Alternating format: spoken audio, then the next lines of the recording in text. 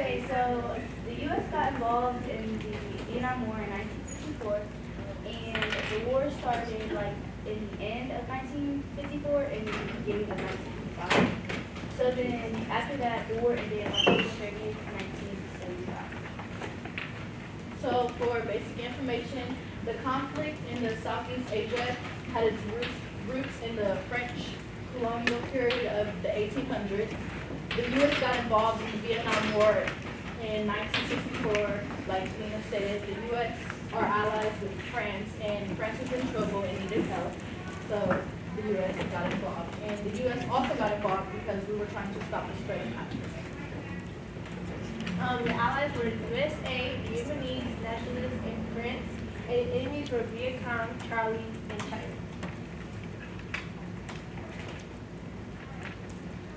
So the soldiers that were fighting against the Charlies and Viet Cong, and the citizens were called them like, they were called them the American base soldiers and stuff, and then the government, they were basically telling them what to do. So after the Vietnam War, U.S. sent a lot of companies overseas to Vietnam, and we made a lot of money off of it. Some of the companies we sent over was like McDonald, Douglas Corporation, and Lockheed Corporation.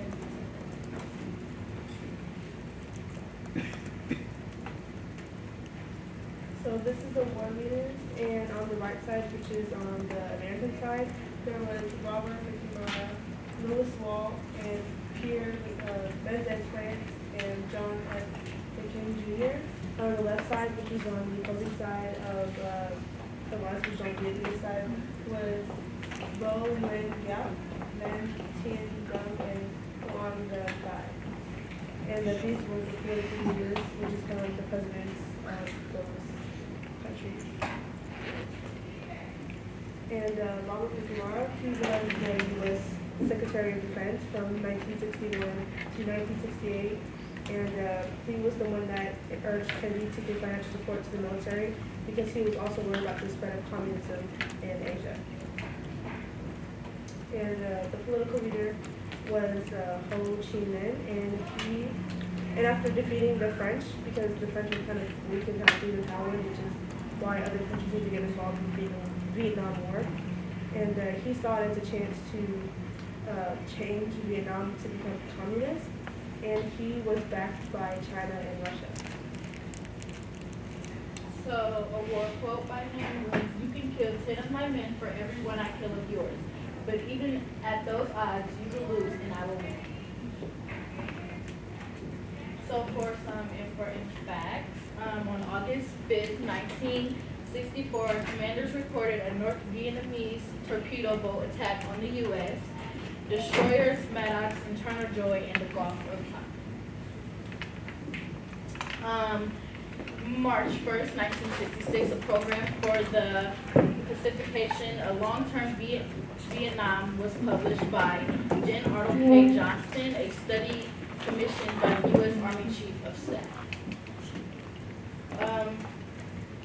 January 30th, during the Vietnamese New Year holiday attempt, North Vietnamese and Viet Cong forces began an offensive that will eventually hurl some 85,000 troops against 5 major cities, dozens of military installations, and scores of towns and villagers throughout South Vietnam.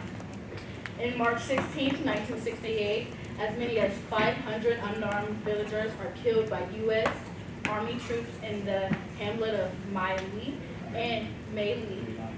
Lai, and groups of women and children and elderly men were shot at close range.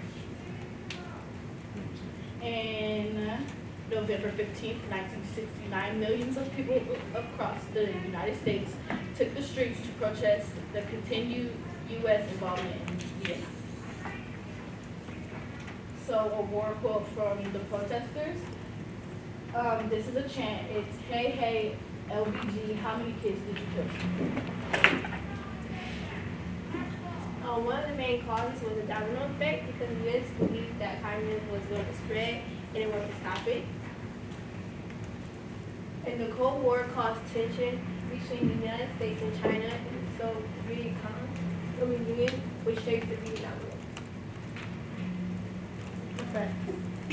So one of the effects of the war was Agent Orange, and it was an extremely toxic herbicide that the U.S. military used against the North Vietnamese troops because they were using it to their leverage, and since they knew the area well, they were kind of overtaking them in force. They decided to take that away from them so it would make it easier to run against them. And this is a video. What do you get when you mix 2,4,5-T acid and 2,4-D acid? You get a powerful herbicide that the United States military used during the Vietnam War, and one that's been tied to serious health problems for the people exposed to it. The answer is Agent Orange.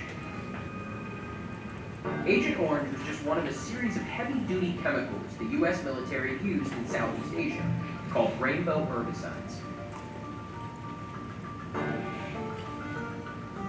There were also agents blue, pink, green, purple, and white, but orange was the big one. Some 20 million gallons were sprayed on Southeast Asian jungles, fields, and other targets over a 9-year period from 1962 to 1971. It was part of what the U.S. military called Operation Ranching, aiming to defoliate the South Vietnamese countryside. The goal was to rob the Viet Cong of food sources and places to hide.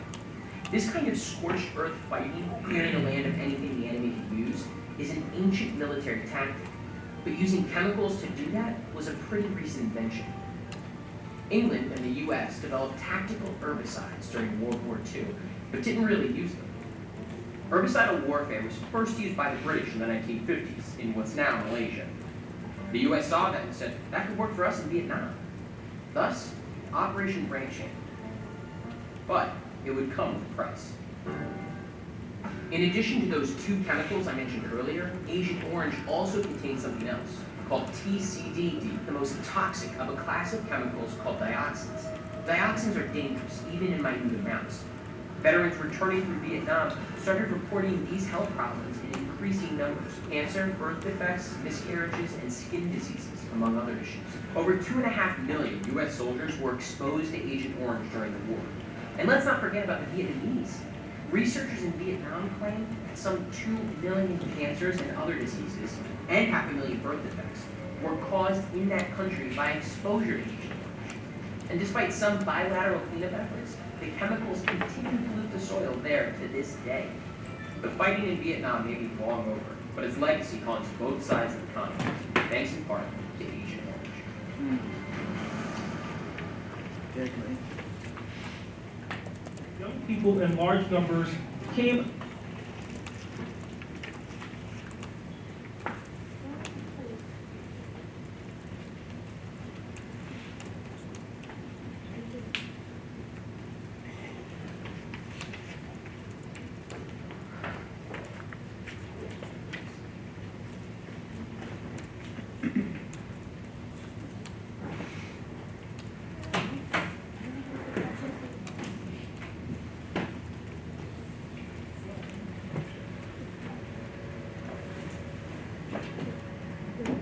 Well, anyways, that video kind of explained what the effects of Agent Orange were. It caused a lot of birth defects, like I said in the video, to the Vietnamese. It was very harmful to them. And another effect of the Vietnamese war was a lot of people had to move from Vietnam and they became refugees. And they were called boat people because there were thousands of people who fled on boat to safer land like America and surrounding countries. And they fled because of the collapse of the South Vietnamese government in 1975. And this is a video about what people went through and kind of they're explaining what their feelings were during that time. You adrift on the sea for 3 days, and certainly it was very difficult to know during that time whether we're going to survive.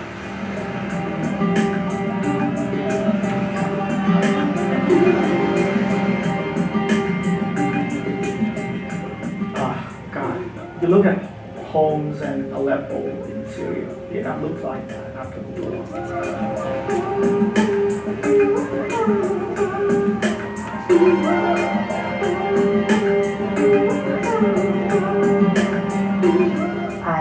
child of Vietnamese refugees who arrived prior to 1975. My family, together with 40 others, escaped from Vietnam on a very small fishing boat to the Indonesia. It took 14 days. My mother made all of us keep a backpack, and in it was an address of an aunt in San Francisco, just in case we got lost from each other. My dad couldn't afford to tell everyone that he had sent me off. He said that, wherever you go, remember who you are. Sonny Lay, it's not just your name, it's my name too. And your grandfather's name, so don't mess it up. My parents. Well, as you can see, a lot of people that had to relocate to the U.S. went through a difficult time because they were separated in that process. So they had to take desperate measures for desperate times. The Vietnamese death toll was another effect of the war, and there was a staggering death toll of about 2 million Vietnamese civilians that had died, and many civilians were given an ultimatum, and 40,000 civilians were assassinated by the People's Army of Vietnam, or known as Viet Cong. So for historical content, for pre or prior to Vietnam, they were in fear, they were anxious, they were shocked, and they were scared. During Viet Cong, they were ruthless and angry and greedy and vengeful. And for our American soldiers, they were proud and they felt helpful and they felt like they were protecting and they felt hardworking. And then for post or after, our American soldiers, when they came home, they felt unappreciated or disrespected and sad and rejected. So for A of things, pre or prior to the government, they were like, just go help our allies and stop the spread of communism, and France was thankful for them, for U.S. supporting them.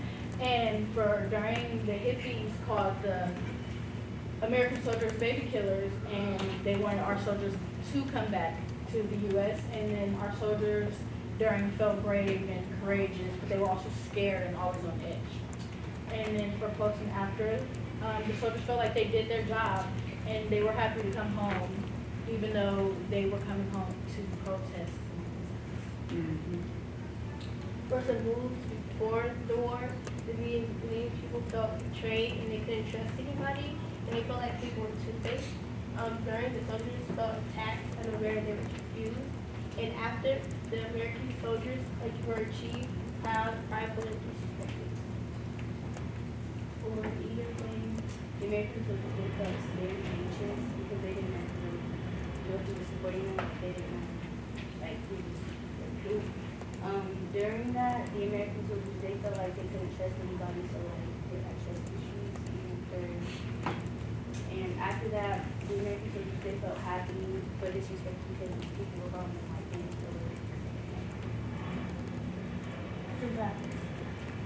So the economic impact on the Nice U.S. and loud.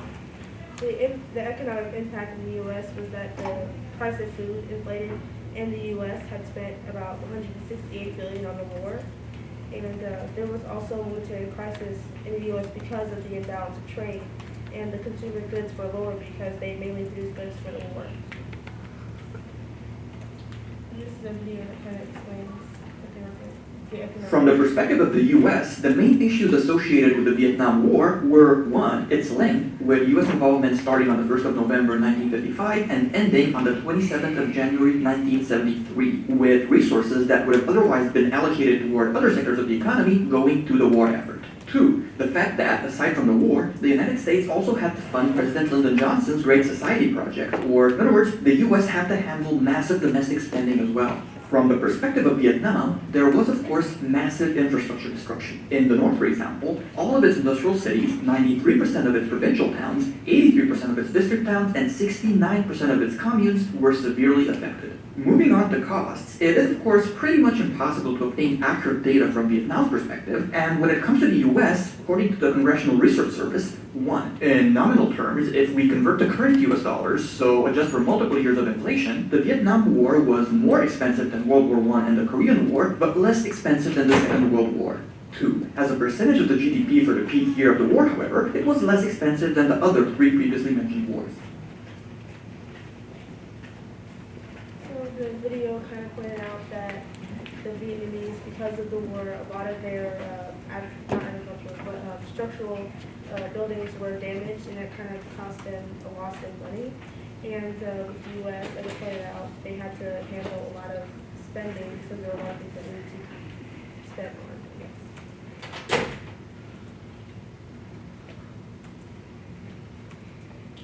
The American soldiers were seen as murderers or also baby killers, and they came home to people bashing them, and they felt really disrespected. So for statistics and data, American casualties, 1 out of every 10 Americans who served in Vietnam was a casualty. 58,148 were killed and 304,000 were wounded out of 2.7 million who were severely injured. Although the percent that died in similar to other wars, amputations or crippling wounds were 300% higher than in World War II. 75,000 Vietnam veterans are severely disabled. And this is a graph of the Vietnam casualties in 1968. Okay, so this is showing the opinions about the war. So the red was the percentage of people who thought it was a mistake. The blue is people who thought it was not a mistake. And the black is people that didn't know or didn't have an opinion. And that's it. Okay. Very good. Excellent. This is my grandpa, Cameron White. The original Cameron. Okay, before he goes up, is there anyone who wants to ask them some questions? Let's get those out of the way first. Go ahead. Nice and loud. Sorry. On a previous slide, you had the amount of deaths that were there per day. Do you know why there were some days that just had a lot more deaths than the others? Like, I noticed that generally it kind of looked like the first of the month had a lot more deaths. If you could go back, or maybe I missed that wrong. Talking about this one. Yeah. I would say because of some of the things that, you know how we discussed Agent Orange, like some things, obviously, you have more death tolls on a certain day than other days of the war. Not every day would be like a certain amount of mass killing. I can answer that for you. And during Vietnam, we have what we call, they have search and destroy missions.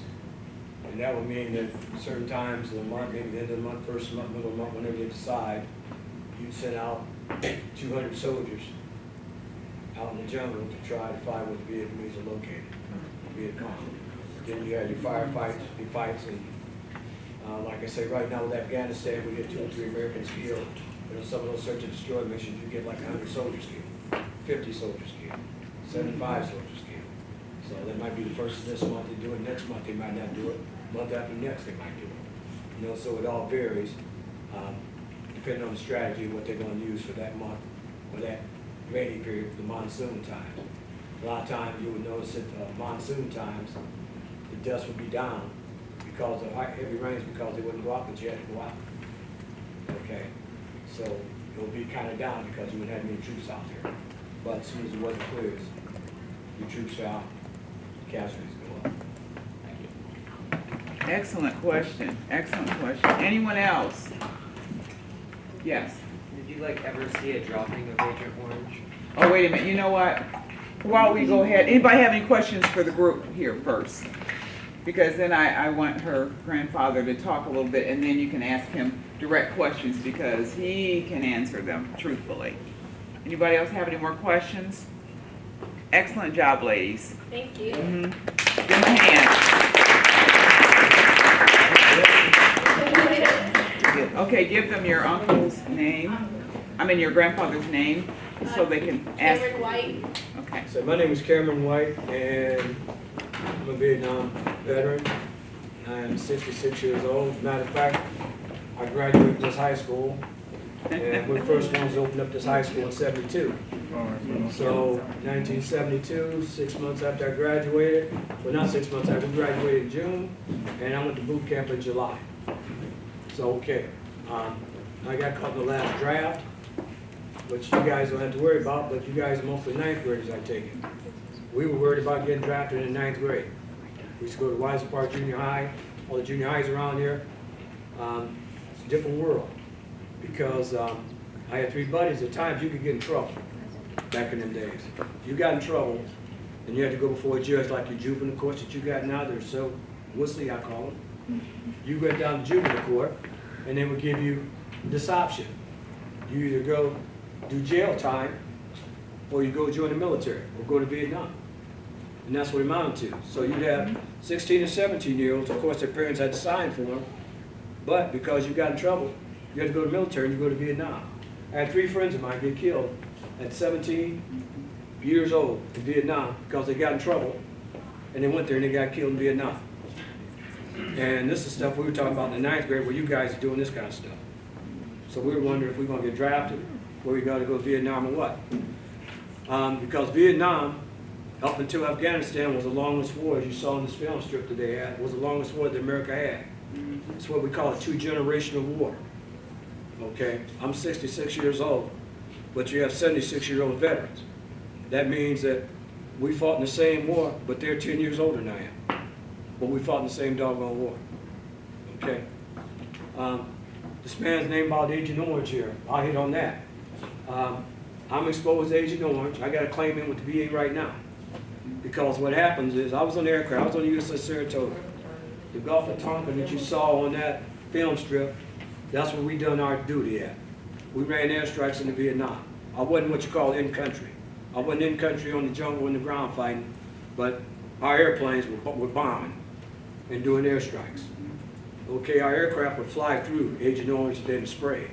They come back to the carrier, they clean the planes off.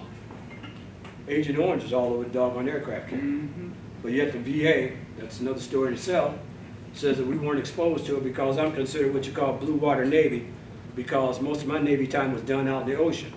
And we have what we call the brown water Navy, which is our Navy dudes who were fighting on like small river boats, PT boats, that's inside there. So they say they got exposed, which they did, but we got exposed also. So I got a claim that's been going on now for like 10 years until they get it all cleared up. And the disorder I got, right now I'm a disabled veteran without my hearing. That's what got my one thing I got getting lucky but messed up with. I'm supposed to wear hearing aids, but I'm vain, so I don't wear my hearing aids, okay? I'm supposed to have my hearing aids here. But that's from jets taking off, blowing up all the goddamn hear you noise and stuff like that, all right? I was with communications. I was a radioman. So I had a top secret clearance, so I did ship-to-ship communications, ship-to-air, and land-to-ship. So most things that we went on when there was something going on top secret or something like that, we were going to do a mission. I knew about it before a lot of guys knew about it because I was taking the messages and running them down and stuff like that. Casualties in Vietnam, talking to the gentleman over there, actually they were how 58,000 is what they got as far as bodies are concerned. But it's more than that because you got guys that died like 5 years later from their injuries, you know, from their wounds, and they don't list those guys as casualties. They put them in a separate category. But I've read somewhere total of something like about 190 to 200,000 actual Vietnam soldier casualties. You know, if they would take everybody that died later on and stuff with it, but they don't do that. They always mess with the figures, and that's just the way it goes on that stuff.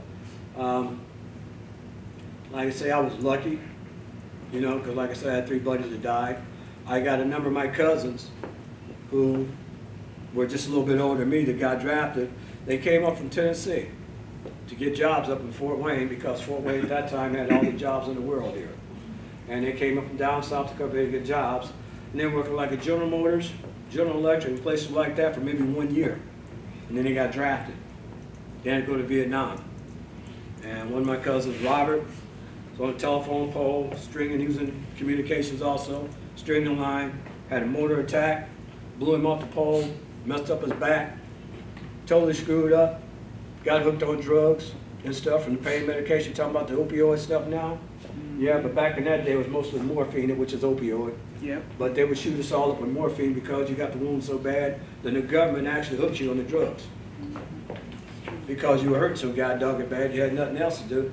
You know what that, you had shrapnel in you, metals in your leg, some guys had plates in their head, and they'd shoot you full of morphine, and of course you were hooked. So that's part of that too. My contention always is like, you know, you guys got it made, and I think that's what's really screwed up with some things. Not that you got it made, that's the whole thing, but it's because you have no concept.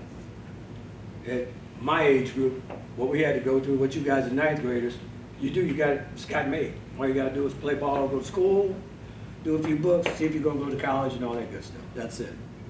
My time period, you had to think if you're going to make it up enough to be 18. Actually, I didn't think I was going to make it past 20. I figured when I went to the service, if I didn't get killed at 18, then make it 20, you do 4 years in and out. I was in from 72 to 76. Okay. Then it didn't help. The other half of my career was I'm a captain on the fire department, a retired firefighter. So it didn't help. I almost got killed about 10 times on the fire department. That helped. So that's part of my thing with Agent Orange. They're trying to say probably some of my stuff that I got injured on the fire department with that, and that's, you know, it's all a big, anyway, it's a big jump. That's all. You just go through it in life. You have to deal with it. But, yeah, Vietnam, the part about, you know, all the baby killer stuff and all that, yeah, that's the stuff that went on. You know, you sign up in your uniform and stuff, like, hey, I was a sailor, we call it Popeye and all that stuff. You know, the Cracker Jack uniforms and all that different stuff. You know, you feel good about what you do. And you get in with the hippies and stuff, and because they draft dodge and didn't go, and you had to go, you know, you were like junk. And they thought they were doing something because they stayed out. Well, I understand staying out, no problem with that. But you know, you don't die on the person, because it wasn't for people like me doing stuff for you, you would be able to protest Jack because it'd be over here kicking your butt. So I mean, it works both goddamn ways. So freedom, not free. I have to go with that. Say it's not free. Somebody got to go over and do the quote dirty work. So you guys sit there and go to school and have a good time. Now the troops over there fighting Afghanistan, same thing going with them. You know, our military promise you, know, your full college ride and all that good stuff, but they'll take care of that. Quote, if you survive. You know, if you don't get messed up and all that. But at the same time, that's because you guys sit over here and do what you need to do. Dudes like that, being able to do that, because I tell you, if it wasn't for guys like that, and ladies like that, and women like that, let me do that, because in my era also, we didn't have women on our combat ships. No, now they got women on combat ships. We didn't have women pilots. So it's become long, in my age, just to change it over. Yep. We didn't have the ladies, we had wax and waves and stuff. They weren't allowed on military ships, combat ships. You could be a nurse and something like that, but now everything is open to them, which is fine with me. So I met some two lady fighter pilots later in the reunion, and I'm like, whoa, I always wanted to be a fighter pilot, make a flight of daylights out them jets. More power to them. But at that time, you didn't have that. So things have come a long way, but at the same time, it's still screwed up. And you talk about the boat people coming over right now, what President Trump just did in Syria. Listen up. Was letting them people who were doing most of our fighting for us, the Kurds, most of our fighting for us, by him pulling out and leaving them people holding the bag. You saw in that thing right there, one of the things the Vietnamese said, they felt betrayed. They felt left because we pulled out of Vietnam. Okay? Ours was a gradual pull out. This stuff that he done just up and say, hey, we out of here. You know, his generals, his I mean, I hope they wake up. You know, it's crazy. Totally stupid. And then you got these people over here fighting and dying and fought for against ISIS and all this stuff that's going on now. They just left them hanging. They got a whole lot of people killed because we didn't have a lot of our soldiers killed. They're just like, okay, we done, we out of here. Now, if you had a buddy like that, I gotta catch myself here. I'm a sailor. You know what sailors are known for. I can catch myself sometimes the ninth graders. So, Yeah, you had a friend like that would just up and leave, what would you think? What would you think? You going through all this mess with somebody and all of a sudden, hey, dude, it's a little hot out here. I gotta go. Bye, you're on your own. That's just what Trump did with these people right now who done most of this fight for ISIS and all that. And I got a funny feeling right now with all this, they released a bunch of them from that prison, because I wouldn't hold them either. I screw it. You done left me? They left them out. All them terrorists they had locked up over there, it's about 15,000 of them. You can see them escaping from the jail. They just let them go. Got a funny feeling that they're going to be able to make their way back over this way. Watch that. But anyway, like I say, been there, done that, Cameron. I'm the original. Until you've been there and do that, then you can do it, man. Carry the name well, I know you will. So. Okay, anybody have any questions, though? 'Cause Questions? this is the time to ask any questions that Anyone you got? always wondered about. Go ahead. You said you were you in a plane or a? I was on the aircraft carrier and on a destroyer. I was in the Tonkin, when they showed the Tonkin Gulf, the Vietnam started, they hit the USS Turner Joy, and I forget, and the Maddox. He's in the Navy. I was in the Navy. So, I wasn't in what you call in country. I was out in the Gulf of Tonkin, we were launching airstrikes. We had F-4 Phantoms on ours. We had one guy was almost 80, shot down 4 MiGs. He was mad when the war ended because he didn't get his 5th one to be ace. He was ticked. But anyway. What did the Vietnamese actually, did they shoot at planes? Did they take down helicopters? Like, you know, oh, shit. Yeah. The Viet Cong and the Vietnamese were very good. They were very good. Yeah, they shot our helicopters up in pieces. They shot down B-52s. And the reason all this happened was because I saw the one thing they said backed by China. They were, but they were mainly backed by Russia. Vietnam was a proxy war. Proxy meaning that America and Russia, we weren't fighting head to head, but we were fighting in Vietnam against each other. So Russia would live in SAM-2 missiles, shoot down our B-52s, our fighters, all that, the MiGs that they flew. Those weren't Chinese MiGs, those were Russian MiGs. So, yeah, they shot down a lot of stuff.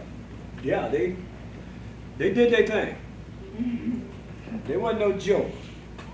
So, and another thing about the boat people, I saw the 3 photographs they had, and I looked at them in 68, 69, I was like 15. I was you guys' age. And that one where they're shooting, I remember that was on the news, where they're shooting this Vietnamese general is shooting this Viet Cong in the head. Right there on the news, and that just with the American people, they still got it right now. He just blew his brains out right on TV, you know. So, but that, quote, shocked us, our people. But I mean, it didn't shock them because that was an everyday thing with them. But our people got so mad about that, and they said, oh, we got to end the war, this and that. But what you don't understand, they were doing that to our people too. You know, our soldiers don't get captured. You know, they used to have a thing, you were a medic over there. And it's supposed to be the medic, you got the Red Cross, you know, don't shoot at the medic, okay? No, like they used to say, that Red Cross on your head was just a bigger target. They take you out in a second, and what they would do, sometimes they wouldn't kill you, they would wound you. And that means that you're not gonna leave your buddy there. So you got one wound to do, so if you kill a guy, he's dead. It's done deal. But if you wound him, that's gonna take you and you, come back and help him, the medic, that's 4 people. So instead of just having 1 dead, now you got 4 that's out because you're helping the one. So in other words, you say, if you said leave him there, then you would be better off, but we don't do that. So it's all about tactics and stuff. So. And that was one of the most televised wars. Yeah, that's when people started seeing reality. That, I'll tell you the true story, on my mom's grave and stuff. We sitting at home, and this lady named Elsie, Mom had company, and they were playing cards and stuff, and it was televised. This was the first war that they had reporters on as they were actually fighting. You could see them fighting. They were filming this. You had a bunch of reporters. That's why I don't knock reporters at all. Trump talking about reporters, they do a job. They were up there with no guns. They had cameras taking pictures of this. So this was the first televised war. Well, anyway, we're sitting there watching the news, And they would always show flag, you know, when the news come on, Walter Cronkite and stuff, and they would show what happened in Vietnam today. You know, we had 50 soldiers killed, 100, you know, in trade war in progress and Guayaki and all that. And Elsie was sitting there, and they had American soldier, and put him in a body bag, and you could see his head flopping and his arm, and she jumped up and said, "That's my brother." Now this is in Fort Wayne. They're from Lafayette, Indiana. And my dad saw Elsie, and she jumped, "That's my brother." You know, the guy was muddy and all that, but they was putting him in a body bag. And she just went to pieces. You know, and we got her calmed down. She went upstairs, you know, they had to lay down and all that. So they went back to Lafayette. That happened like maybe on a Thursday or Friday. That Monday, they got the telegram. He got killed, and that was him that was on the news. She saw her brother get killed in Vietnam. And that's how wild this stuff is. Like I said, you guys got it made. Yeah. You guys got it made. Any other questions? Could you explain the controversy of why it was such a war that there were so many people opposing it? Yeah, we get back to the draft. And myself personally, I believe in the draft. I believe that all young people should have, if not in the military, some type of 2-year commitment. Every country, Sweden has one, Norway, where you have to do something to your country. 2 years, you'll be a nurse, you'll be a doctor, you go help in Africa, you go help in India, but you gotta have a 2-year commitment of service. So you know what it's all about in other places of the world. It's not just, oh, I go home to the suburbs and I got this and I play video games all day. No, it's a real world out there. And when you get exposed to the real world, then you think it's like, oh, it's rough out there. You know, I should appreciate what I got here, because there's people who don't have nearly what I got. So what ended up happening was you had, quote, a lot of rich guys, including our president, you would get out on what they call deferments. You know, in my day, which was everybody trying to get into college, but you couldn't. You guys get in now like 1, 2, 3. But in my days, you had to have something really going to get into college. If you couldn't get into college, you get what they call college deferment,